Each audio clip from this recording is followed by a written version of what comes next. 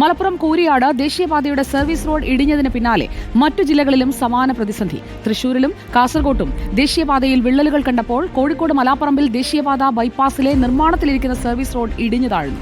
ദേശീയപാത നിർമ്മാണത്തിനായി കുന്നിടിച്ചു നിരത്തിയ കോഴിക്കോട് കുഞ്ഞോറമല നിവാസികളും ആശങ്കയിലാണ്.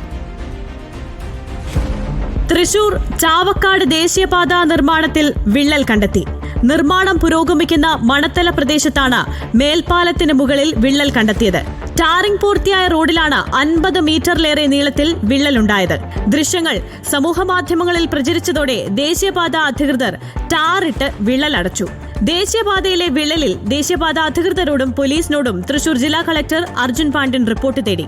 കോഴിക്കോട് മാലപ്പറമ്പിൽ ദേശീയപാത ബൈപ്പാസിലെ നിർമ്മാണത്തിലിരിക്കുന്ന സർവീസ് റോഡ് ഇടിഞ്ഞു താഴ്ന്നു. കുത്തനെ മണ്ണിടിച്ചത് അപകടത്തിന് വഴിയൊരുക്കുമെന്ന് നാട്ടുകാർ പറഞ്ഞു. ദേശീയപാത നിർമ്മാണത്തിനായി കുന്നിടിച്ചു നിരത്തിയതോടെ ആശങ്കയിലാണ് കോഴിക്കോട് കുഞ്ഞോറമല നിവാസികൾ. മഴയൊന്നു കനത്താൽ ഇടിഞ്ഞു വീഴാവുന്ന നിലയിലാണ് കുഞ്ഞോറമല. പ്രശ്നപരിഹാരത്തിനായി പ്രദേശവാസികൾ നിരവധി തവണ അധികൃതരെ കണ്ടെങ്കിലും ഇടപെടലുണ്ടായില്ല. കാസർഗോഡ് ദേശീയപാത നിർമ്മാണം നടക്കുന്ന മാവുങ്കാൽ കല്യാൺ റോഡിന് സമീപം രണ്ടിടത്ത് റോഡിന് വിള്ളൽ കണ്ടെത്തി. 100 മീറ്റർ വ്യത്യാസത്തിലാണ് വിള്ളലുകൾ കണ്ടെത്തിയത്. കാസർഗോഡ് മാവുങ്കാൽ ദേശീയപാത ഫ്ളൈഓവർ ബ്രിഡ്ജിൽ നിന്നും 40 കിലോ തൂക്കമുള്ള നിർമ്മാണ വസ്തു താഴെ വീണ് യുവതിക്ക് പരിക്കേറ്റതും ഇന്ന് പുറത്തുവന്നു. ഏപ്രിൽ 2-നായിരുന്നു സംഭവം. അപകടത്തിൽ യുവതിയുടെ കഴുത്തിന് പരിക്കേറ്റപ്പോൾ കൂടെയുണ്ടായിരുന്ന കുഞ്ഞ് തലനാരിഴയ്ക്കാണ് രക്ഷപ്പെട്ടത്. റിപ്പോർട്ടർ, കാസർഗോഡ്.